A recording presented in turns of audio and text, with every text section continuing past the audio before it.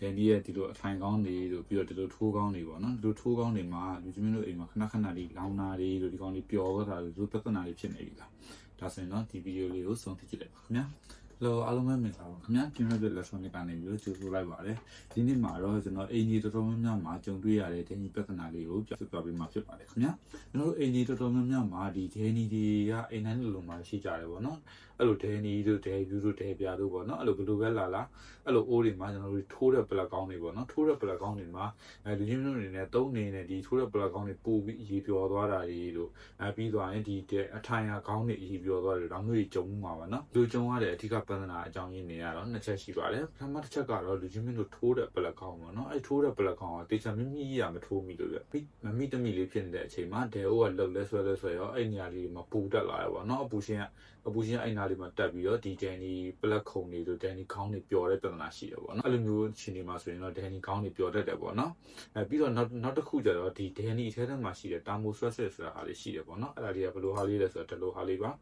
ါဒါယူရီးယားအိုးဒီမှာပဲယူရီးယားအိုးတီအိုးနှစ်ခုလုံးတောင်မျိုးပါတယ်ပေါ့နော်ဒါပေမဲ့တချို့အိုးဒီမှာကျတော့ဒီကောင်လေးမပါဘူးပြဒီအလူမီနီယမ်ပြားလေးဒါလေးတွေကတချို့အိုးဒီမှာဆိုဒီလိုဒီသူ့ရဲ့ဒီတာမိုဆွဲနဲ့ဒန်ဒီအိုးအသားနဲ့ဒီအလူမီနီယမ်ပြားလေးနဲ့ချိတ်ထားတယ်ပေါ့ဗျာဒီအလူမီနီယမ်ပြားလေးဘာလို့ချိတ်ပေးထားလဲဆိုတော့ဒီအလူမီနီယမ်ပြားကနေတော့ဒန်ဒီအိုးရဲ့အပူတော့ဓာတ်ရိုက်တီကိုယူမှာပေါ့ဗျာ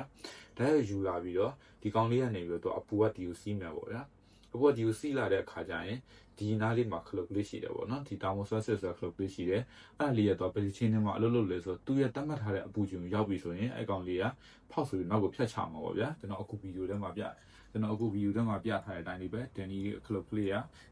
ဖောက်ဆိုရင်နောက်ကိုပြပြကြသွားမယ်ပေါ့နော်အဲ့ဒီဟာဘာဖြစ်လို့လဲဆိုတော့သူရဲ့တတ်မှတ်ထားတဲ့အပူချိန်ကိုရောက်ရင်ကိုကအမအပူချိန်100ဒီဂရီမှာထားမယ်ဆိုရင်ဒီကောင်လေးက100ဒီဂရီရောက်လာတဲ့အချိန်ကျရင်အဲ့ကောင်လေးဖြတ်ချမယ်ပြီးသွားလို့ဒန်ဒီက100ဒီဂရီအောက်ကိုအပူချိန်ကျသွားပြီဆိုရင်ဒီကောင်လေးကပြန်တက်သွားပြီးတော့ဒန်ဒီကပြန်ပြီးအလုပ်လုပ်ပို့ပေးမှာပေါ့နော်ဒါကတော့ပုံမှန်ဒါဒန်ဒီအိုးတွေမှာလုပ်ကမယ်ဟာပေါ့နော်ယူရီးယားအိုးတွေမှာတော့ဒီကောင်လေးတွေကတစ်ခါလေးသူကတွဲပြီးပါပြီးသားဗျာတစ်ခါလေးအိုးနဲ့ချိတ်ထားတယ်တရုတ်အိုးတွေမှာဆိုရင်များသောအားဖြင့်ဒီကောင်လေးမချိတ်ဘဲနဲ့လှော့ဆိုတာများတယ်ပေါ့နော်အဲ့တော့ဒီကောင်ကြီးကပါတာဘာလို့မှမလုပ်ဘူးပေါ့နော်တချို့ဒီကတော့ဒီကောင်လေးနဲ့ဒီအိုးနဲ့ဟိုဒီအလူမီနီယမ်လေးနဲ့တွဲပြီးမထားဘူးပေါ့နော်တွဲပြီးမထားတဲ့အခါကျတော့ဒီကောင်လေးကသူတတ်မှတ်တဲ့အပူချိန်ရရင်မဖြတ်ဘူးပေါ့မဖြတ်တဲ့ခါကျတော့အပူတွေလွန်လာတယ်ပေါ့အပူတွေလွန်လာတော့ခေါင်းတွေပျော်ကုန်တယ်ပေါ့ဗျာအဲ့ဒါကိုပဲကျွန်တော်တို့ရဲ့ဒီရက်ွက်ထမ်းမာတို့အိမ်ကြီးတော်တော်များများမှာမှားတဲ့ဟာဘာလဲဆိုတော့ကျွန်တော်တို့ဒီခေါင်းတွေအပူတွေပျော်တာအပူလုံးအားကြီးလို့ပျော်တယ်အဲ့တော့အဲ့ဒါကိုမပျော်အောင်ဆိုပြီးတော့ကျွန်တော်တို့ကြွေခေါင်းနဲ့ဟာတွေတုံးမယ်ဆိုတော့ဒီလိုဟာတွေတုံးရတယ်ပေါ့ဗျာဒီလိုနောက်ကအထိုင်လေးကြွေတို့ပြီးတော့ဒီလိုခေါင်းကထိတ်ကကြွေတွေပေါ့နော်ဒီလိုကြွေဟာတွေနဲ့တုံးကြတယ်ပေါ့အဲ့မှာပို့ပြီးအန်ဂျီများတယ်ဗျအဲ့ဒါပို့ပြီးလက်စစ်အန်ဂျီကိုပို့ပြီးများစီတယ်ပေါ့နော်ဘာလို့လဲဆိုတော့ဒီကောင်ကသူအရန်ပူလာတဲ့အချိန်မှာပျော်သွားတာကိုပျော်သွားတာတိလိုက်တဲ့အတွက်ကြောင့်ဒီလက်စစ်အန်ဂျီကိုကြိုတင်ကာကွယ်နိုင်သေးတယ်ပေါ့နော်ဒီကောင်ကျတော့အရန်ပူနေလဲမပျော်ဘူးအဲ့တိုင်းပဲဒီတိုင်းပဲနေတဲ့ခါကျတော့တကယ်လည်းဖြစ်ကောအရန်နေပူပြီးတော့ထပ်မှကျိုးတွေလောင်ပြီးတော့ short တွေကြပြီးတော့မိထလောင်အောင်အဲ့လိုရှင်နေကြဖြစ်တဲ့ခါကျအရန်နောက်ကျသွားပြီပေါ့နော်အဲ့ကျတော့အိုးတွေပျက်စီးတာတွေတောင်မလို့ဘဲနဲ့ပျက်စီးဆုံးရှုံးမှုတွေဖြစ်တတ်တယ်ပေါ့နော်ဘာလို့လဲဆိုတော့ဒီဒန်နီ community တွေဘက်ကလည်းဒီဒန်နီဒီခေါင်းတွေကကျွေတွေနဲ့ပိုကောင်းတယ်ဆိုရင်သူတို့အနေနဲ့ခေါင်းကကျွေနဲ့ပဲထုတ်မှာပေါ့သူတို့ပစ္စည်းကိုပဲနော်ဒီကောင်လည်းကျွေနဲ့မထုတ်ပြရတဲ့ရည်ရွယ်ချက်ကတော့အဓိကအဲ့လိုမျိုးအရန်နေအပူတွေဖြစ်လာရင်တော့ပျော်သွားစေခြင်းလို့အဲ့လိုလောက်ထားတာပေါ့နော်အဲ့ကြောင့်မလို့ဒီကျွေတွေနဲ့သုံးတာအတက်နိုင်ဆုံးတော့မသုံးတာအကောင်းဆုံးပါသူ့ဘာဆိုသူ့ရဲ့ original ခေါင်းတွေမှာဆိုရင်ဒီခေါင်းတွေဒန်ဒီကျိုးခေါင်းတွေထိုးတဲ့ခေါင်းတွေဝယ်တဲ့ချိန်ညရင်လည်းဒီကွာစပယ်ယာပဲပေါ့နော်တပ်ပါတီပြောင်းဝယ်တဲ့ချိန်ညရင်လည်းဒီကောင်းတဲ့ quality လေးတွေပဲရွေးပြီးဝယ်ပါနော်အဓိကတော့ဒီဒန်ဒီတွေမှာဒီခေါင်းတွေမှာပျော်ပြီးလောင်ရတဲ့အကြောင်းရင်းအဓိကနှစ်ချက်ကတော့ပထမတစ်ချက်ကဒီထိုးတဲ့ခေါင်းတွေက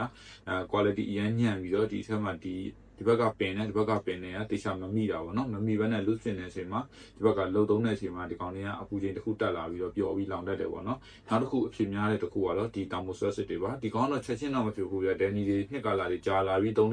4နှစ်တွေကြာလာတဲ့အချိန်ကျရင်တော့ဒီတာမိုဆွဲစစ်တွေကအထက်မှာ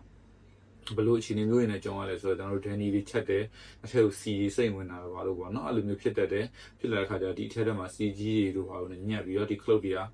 ပုံမှန်အလုံးမလုံးနိုင်တော့ဘဲနဲ့အဲ့လိုညောင်းသွားတာတွေရှိတယ်ပေါ့နော်အဲ့လိုအခြေအနေကြရင်ဒီကောင်လေးတွေဖြုတ်လဲလိုက်ရင်လည်းဒန်နီကသူ့ပုံမှန်အစ်အကိုဝယ်တော့ original တိုင်းပဲပြန်ရမှာပေါ့နော်အဲ့တော့ဒီကောင်လေးတွေကိုမလဲဘဲနဲ့ကျွန်တော်တို့ကအလွယ်တကူဒီအပြင်ဟာဒန်နီလောင်တာကဒီကောင်လေးပုံမားမယ်ဆိုတော့ကျွေနဲ့သုံးတဲ့ခါကျရင်ပို့ပြီးတော့အန်ဒီရီပို့ပြီးများနိုင်ပေါ့နော်အဲ့ဒါကြောင့်မလို့ဒီတောင်ကိုဆွဲစစ်လေးတွေလဲတင်လဲပါဒီကောင်လေးတွေလည်း quality ကောင်းတာလေးတွေသုံးပါ ခုလောက်ဆိုရင်တော့လူကြီးမင်းတို့အနေနဲ့ဒီဒဲနီကောင်းတွေဘာကြောင့်ပြောရလဲဆိုတော့အဓိကချက်ကိုသိရှိသွားဖြစ်ပါတယ်နော်နောက်နေ့တွေမှာဆိုရင်ဒီဒဲနီတွေကိုဘယ်လိုပြင်ရမလဲဆိုတာလေးတွေကျွန်တော်ဘက်ကလုပ်ပေးဖို့အစီအစဉ်ရှိပါတယ်ခင်ဗျာလူကြီးမင်းတို့အနေနဲ့ဒဲနီတွေကိုဘယ်လိုပြင်ရမလဲဆိုတာသိချင်ရင်အောက်က comment box မှာဝင်ရောက်ပြီးတော့ကိုသိချင်တဲ့အကြောင်းအရာလေးတွေကိုဝင်ရောက်မြင်မြတ်ထားခဲ့ပါခင်ဗျာဒါဆိုရင်တော့ကျွန်တော်အနေနဲ့ဒီဒဲနီကိုဘယ်လိုပြင်ရမလဲဆိုပြီးလုပ်တဲ့ချိန်တိုင်းဒီကောင်လေးတွေကိုရှင်းပြပေးမှာဖြစ်ပါတယ်ခင်ဗျာအားလုံးကျေးဇူးတင်ပါတယ်ခင်ဗျာနောက်ဗီဒီယိုတွေမှာဆက်လက်ဆောင်တွေ့ကြပါမယ်ခင်ဗျာ